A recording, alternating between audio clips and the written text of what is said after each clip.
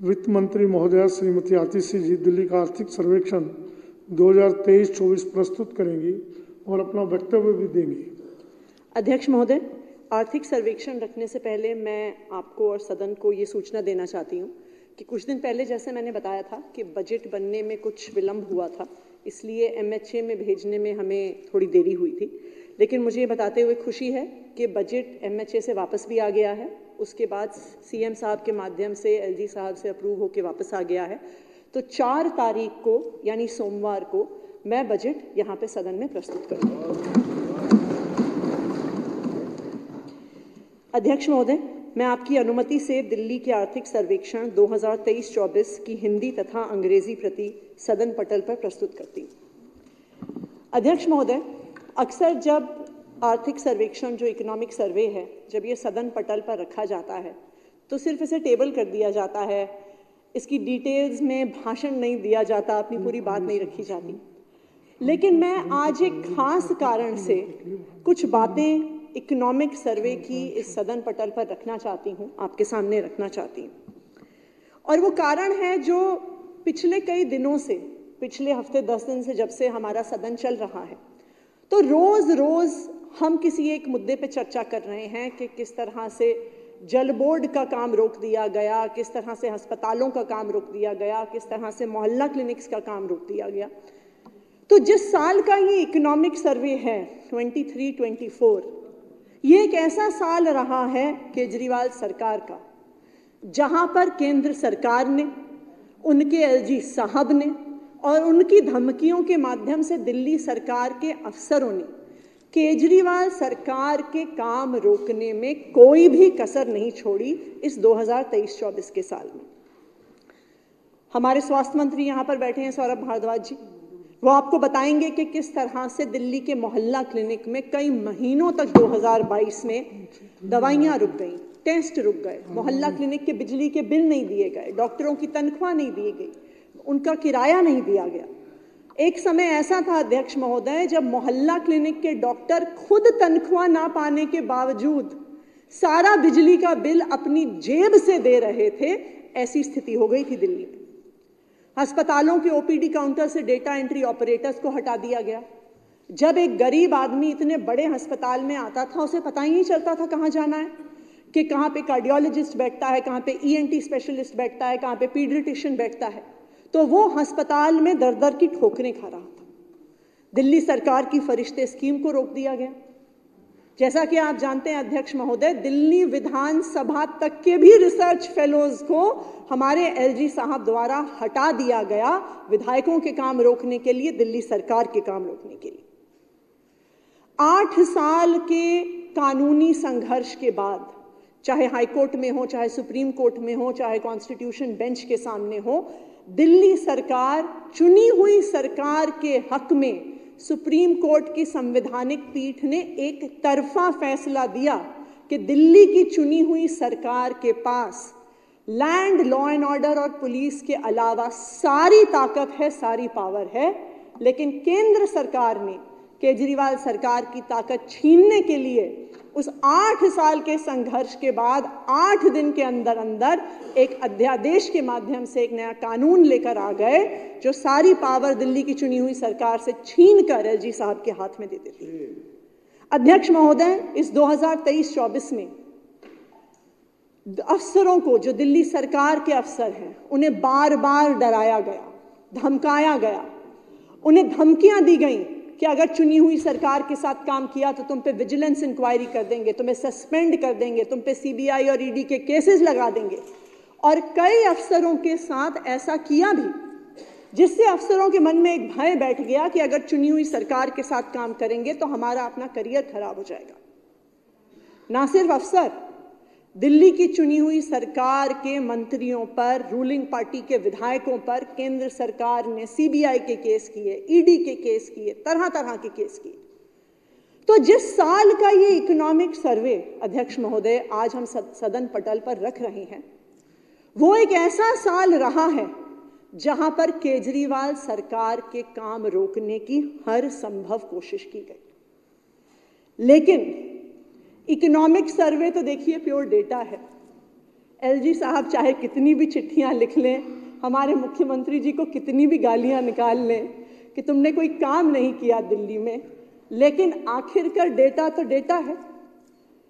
और आज ये 2023-24 का जो इकोनॉमिक सर्वे का डेटा है वो दिखा रहा है कि पिछले 1 वर्ष में इनकी हर संभव कोशिश के बावजूद दिल्ली की अर्थव्यवस्था, दिल्ली की इकोनॉमी एक रिकॉर्ड पेस पर बढ़ी है 2023-24 के साथ।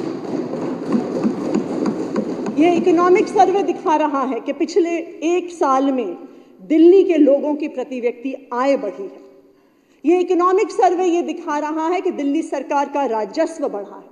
ये इकोनॉमिक सर्वे ये दिखा रहा है कि लगातार हर साल की तरह दिल्ली सरकार का, केजरीवाल सरकार का बजट मुनाफे में रहा है, फिस्कल सरप्लस में रहा है।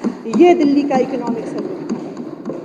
तो आज मैं सदन पटल पर इस इकोनॉमिक सर्वे के साथ अपना वक्तव्य इसलिए रख रही हूं कि मैं चाहती हूं कि केंद्र सरकार, उनके एलजी साहब ये जान लें कि वो चाहे जितनी कोशिश कर लें, केजरीवाल रुकेगा नहीं, केजरीवाल झुकेगा नहीं। और जब तक अरविंद केजरीवाल दिल्ली के मुख्यमंत्री हैं, दिल्ली का विकास रुकेगा नहीं। दिल्ली वालों की जो जिंदगी का बेहतरी का प्रयास ये सरकार कर रही है, वो प्रयास रुकेगा नहीं। अध्यक्ष महोदय, इस इकोनॉमिक सर्वे में जब हम दिल्ली की अर्थव्यवस्था के आंकड़े देखने जाते हैं तो ये दिखता है कि जो दिल्ली का जीएसडीपी है करंट प्राइसेस के अनुसार 2022-23 में 10,14,000 करोड़ था, लेकिन एक रिकॉर्ड 9.17% ग्रोथ दिखाकर 2023-24 में 11,07,000 करोड़ तक पहुंच गया है। ये केजरीवाल सरकार की अचीवमेंट है। जब दिल्ली की इकोनॉमी, देश की इकोनॉमी के साथ 2021-22 में कोविड के दौरान कॉन्ट्रैक्ट हुई थी, तो दिल्ली ही एक इकलौता राज्य है जिसने 2021-22 में 8% के रेट पर और 2022-23 में 7.85% के रेट पर रियल जीएसडीपी ग्रोथ दिखाई है, जो पूरे देश में कहीं पर देखने को नहीं मिली। अध्यक्ष महोदय, दिल्ली में देश की 1.5% आबादी रहती है, लेकिन सिर्फ 1.5% आबादी होने के बावजूद दिल्ली का देश के जीडीपी में 4% की हिस्सेदारी है। ये है केजरीवाल की सरकार। ना सिर्फ इतना, अगर हम पिछले 2 साल के आंकड़े देखने जाएं तो 2021-22 में दिल्ली के लोगों की प्रति व्यक्ति आय 3,70,000 रुपए के आसपास थी और मात्र 2 साल में दिल्ली के लोगों की प्रति व्यक्ति आय 4,61,000 पर पहुंच गई है, यानी 2 साल में 22% बढ़ी है। ये जो प्रति व्यक्ति आय है, ना सिर्फ ये इसने एक रिकॉर्ड ग्रोथ देखा है, पर दिल्ली के लोगों की प्रति व्यक्ति आय, देश के प्रति व्यक्ति आय से 2 सबसे बड़ी समस्याएं हैं, वो है महंगाई और बेरोजगारी। आज भारत का जो महंगाई दर है, जो इन्फ्लेशन रेट है, वो पूरी दुनिया में दूसरे नंबर पर है। पूरी दुनिया में सिर्फ एक टर्की देश है जिसमें महंगाई भारत से ज्यादा है। पिछले 10 सालों में हमारे देश में 70% से ज्यादा महंगाई बढ़ी है। हर आम इंसान को पता है कि 2014 से लेके आज तक, 2014 में गैस सिलेंडर 300 रुपए का होता था, आज 1200 रुपए पर पहुंच गया है। पेट्रोल का दाम 72 रुपए से 100 रुपए पर पहुंच गया है। डीजल का दाम 55 रुपए से 90 रुपए पर पहुंच गया है। देश में महंगाई का दर 2023 में 5.65% था, जो मुझे लगता है कि पिछले देश के 75 साल के इतिहास में शायद इतना महंगाई दर नहीं रहा। लेकिन केंद्र सरकार के ही आंकड़े, अध्यक्ष महोदय, ये दिखाते हैं कि अगर पूरे देश में सबसे कम महंगाई दर किसी राज्य में है तो वो दिल्ली में है, अरविंद केजरीवाल जी की सरकार के तहत। जब केंद्र सरकार का जनवरी से दिसंबर 2023 से महंगाई दर 5.65% था, दिल्ली का महंगाई दर उसका आधा, मात्र 2.81% था, पूरे देश में सबसे कम महंगाई दर। दूसरी देश की सबसे बड़ी समस्या, अध्यक्ष महोदय, है बेरोजगारी। बेरोजगारी पिछले कई सालों से अपनी चरम पर है। अगर आप नेशनल लेवल का अनएम्प्लॉयमेंट का डेटा देखें तो 5.65% अनएम्प्लॉयमेंट आज देश में है। अगर युवाओं का ये आंकड़ा देखने जाएं तो वो और भी भयावह है कि आज हमारे देश में 25% युवा बेरोजगार हैं। और अगर आप ग्रेजुएट्स का आंकड़ा देखने जाइए तो वो उससे भी बदतर है कि आज हमारे देश में 42% ग्रेजुएट बेरोजगार हैं। लेकिन दिल्ली की सरकार, अरविंद केजरीवाल की सरकार ने ना सिर्फ दिल्ली में लोगों को रोजगार दिलाया पर दिल्ली में बिजनेस अपॉर्चुनिटीज भी बढ़ाई, जिसकी वजह से एम्प्लॉयमेंट अपॉर्चुनिटीज बढ़ी हैं। दिल्ली में 2020-21 में अनएम्प्लॉयमेंट रेट, बेरोजगारी का दर 6.3% था।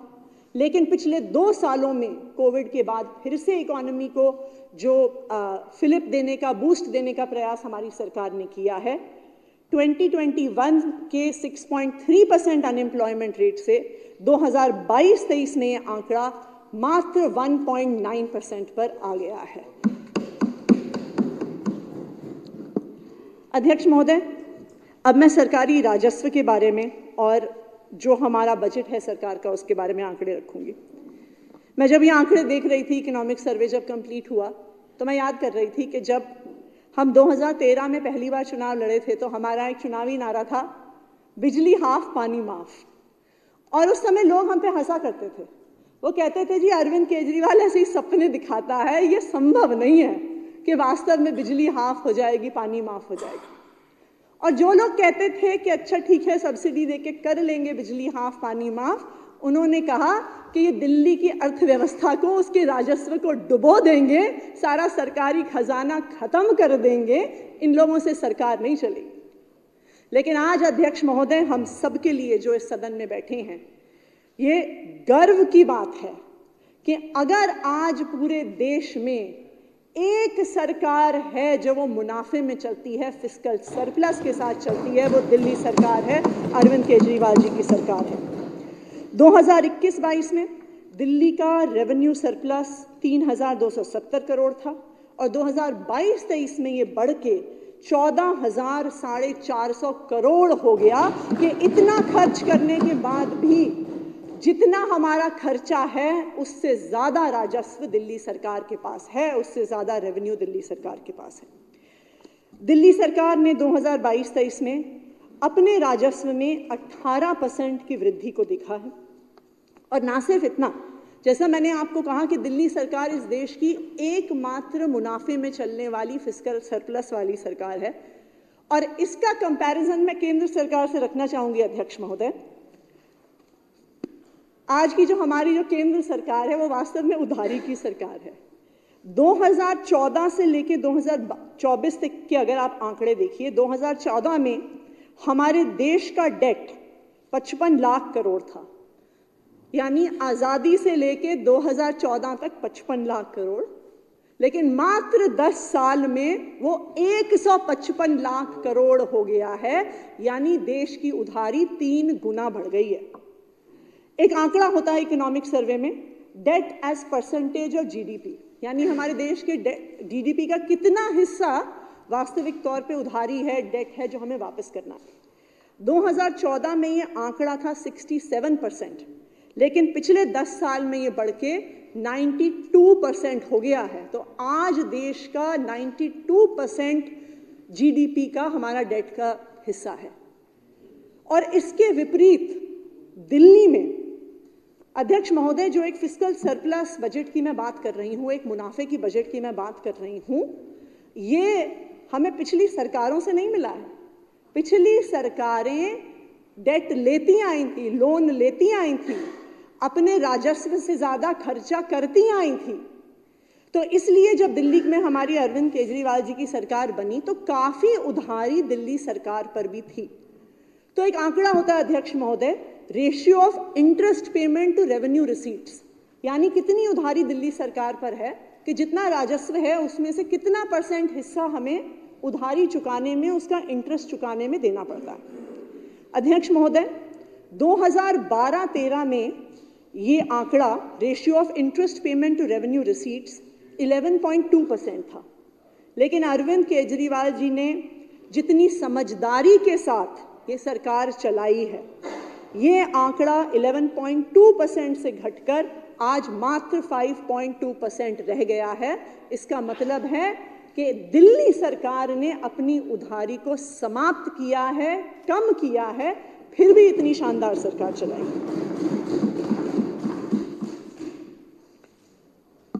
अध्यक्ष महोदय, दिल्ली सरकार दिल्ली के लोगों को बिजली फ्री देती है, पानी फ्री देती है, बस यात्रा फ्री देती है, अच्छी शिक्षा फ्री देती है, स्वास्थ्य फ्री देती है, मोहल्ला क्लिनिक और अस्पताल में हर इलाज फ्री देती है, बुजुर्गों को तीर्थ यात्रा फ्री देती है, फिर भी मुनाफे की सरकार चलाती है। हमने एक स्टडी करवाई थी हमारे प्लानिंग डिपार्टमेंट ने, तो उन्होंने दिल्ली के 3,500 परिवारों के साथ सर्वे किया। उस 3,500 परिवारों के सर्वे में ये निकल के आया कि तकरीबन उसमें से ऑलमोस्ट 100% परिवारों को कभी ना कभी दिल्ली सरकार की इलेक्ट्रिसिटी सब्सिडी का फायदा हुआ है। चाहे वो 200 यूनिट फ्री हो, चाहे वो 400 यूनिट पे 50% की सब्सिडी हो।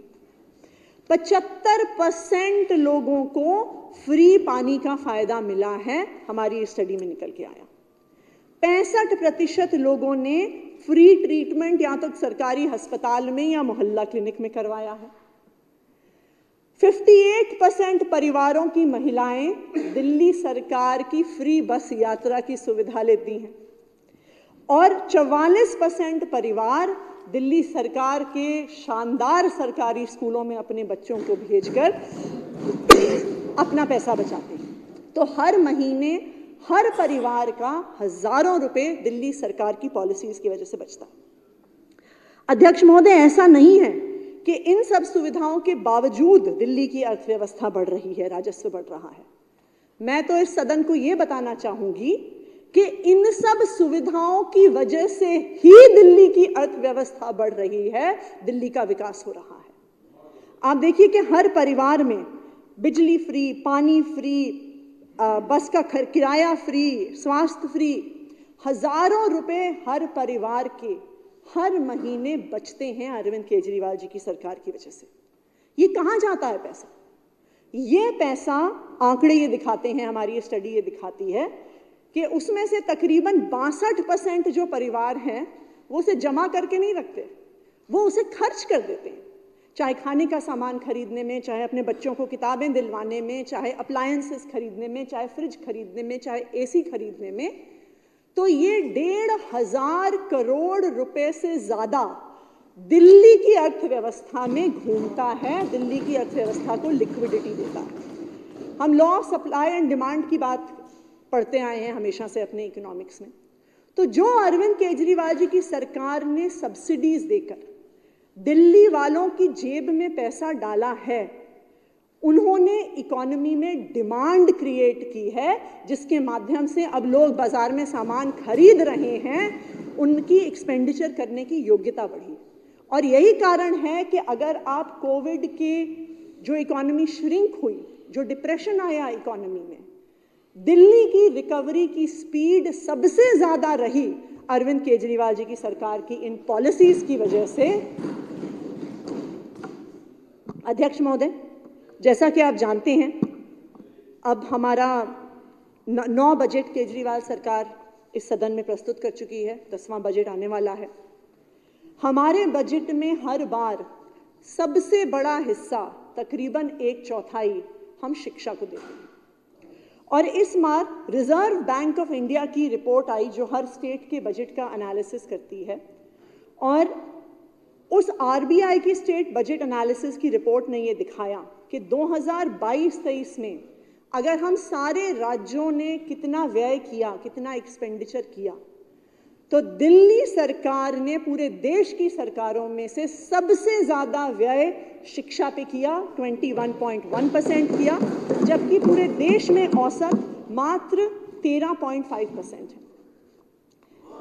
हमारे बोर्ड रिजल्ट्स के आंकड़े, IIT JEE के आंकड़े, ये तो अक्सर हम रखते ही हैं सदन में, लेकिन आज मैं एक और आंकड़ा सदन के सामने रखना चाहूंगी कि दिल्ली की ग्रोस एनरोलमेंट रेशियो, यानी कितने बच्चे हैं जो दिल्ली में स्कूल में पढ़ रहे हैं। अक्सर हम देखते हैं जब बच्चों को स्कूल भेजने की बात आती है तो स्कूल के शुरुआती सालों में तो बच्चों को स्कूल में एडमिशन दिलवाया जाता है, लेकिन जब सरकारी स्कूल में पढ़ाई की व्यवस्था ठीक नहीं होती है तो अक्सर एक गरीब माता पिता को लगता है कि भाई कुछ पढ़ तो रहा नहीं है, कुछ सीख तो रहा नहीं है, नौकरी तो मिलनी नहीं है, तो इसको स्कूल से बाहर निकाल कर काम ही करवा लो, 2 पैसे ही कमा लेगा।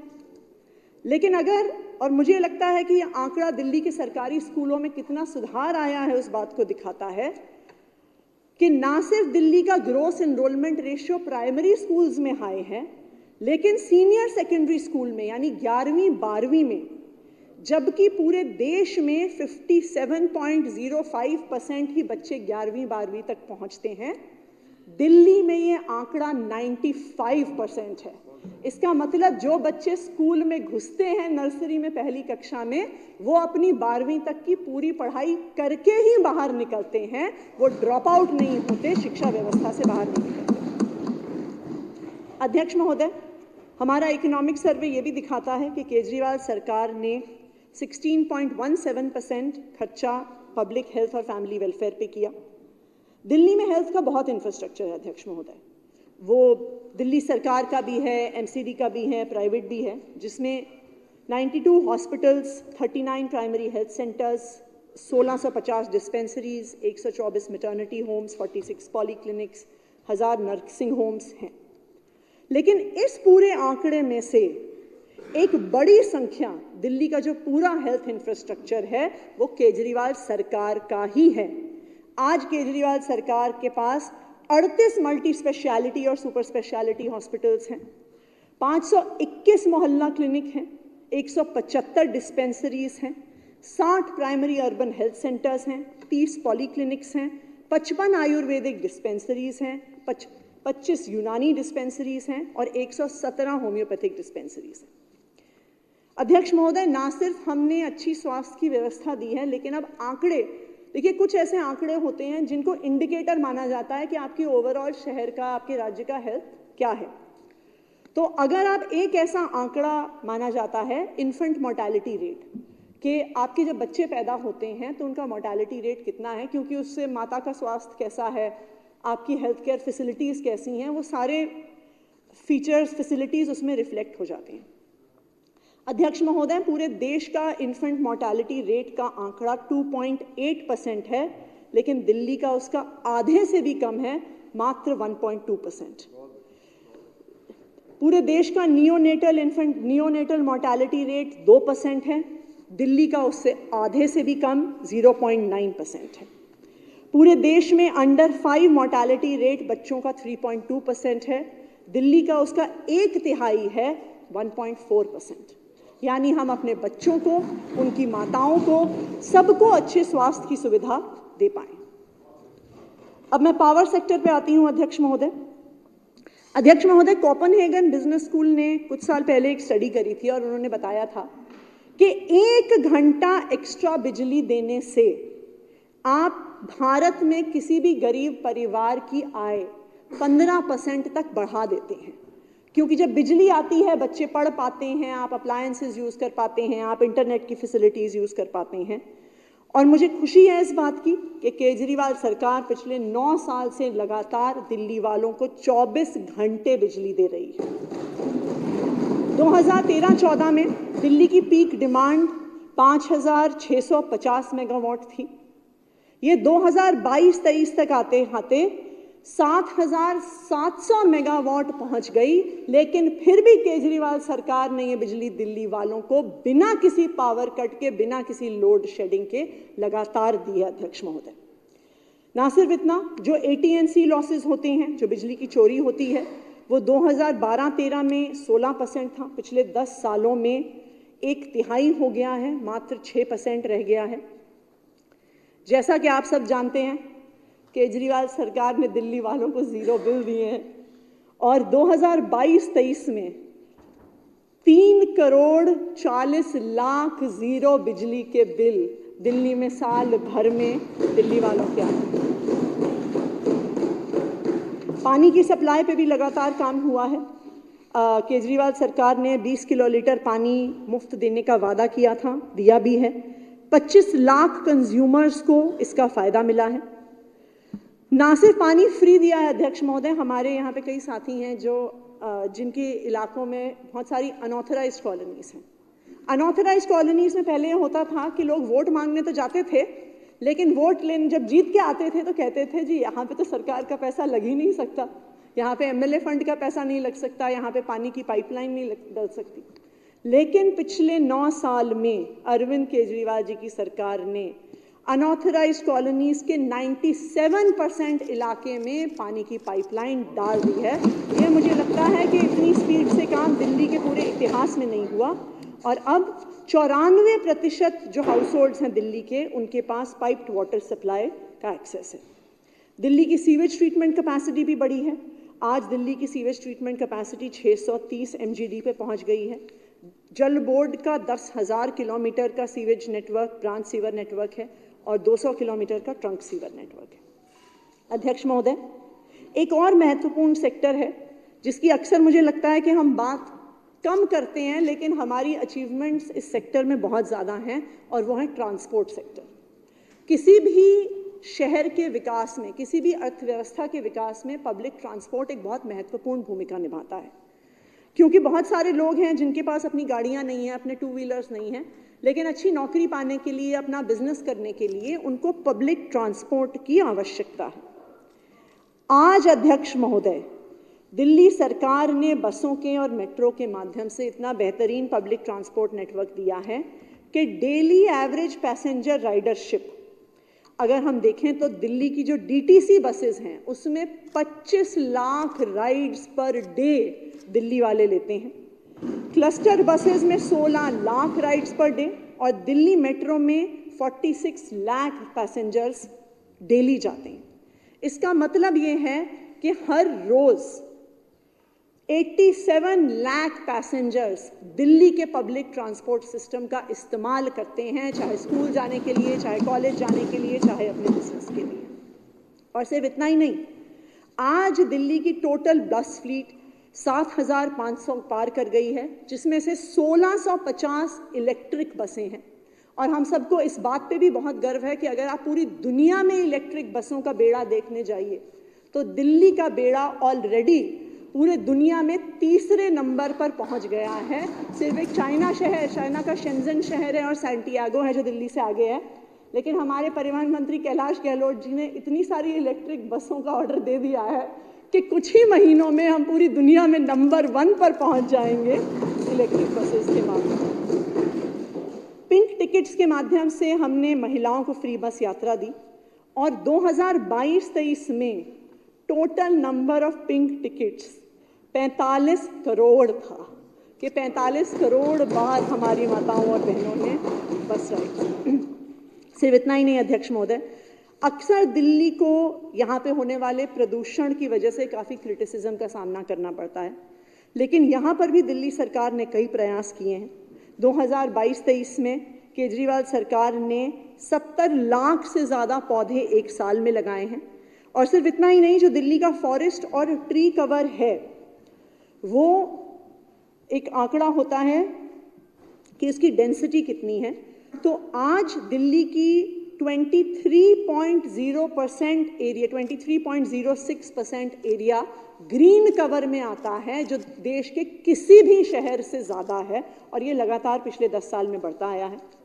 ना सिर्फ इतना, जो AQI में गुड डेज माने जाते हैं उसका आंकड़ा 2018 से बढ़ा है। 2018 में 158 AQI के अनुसार गुड डेज थे, जो 2023 तक 206 तक पहुंच गया है।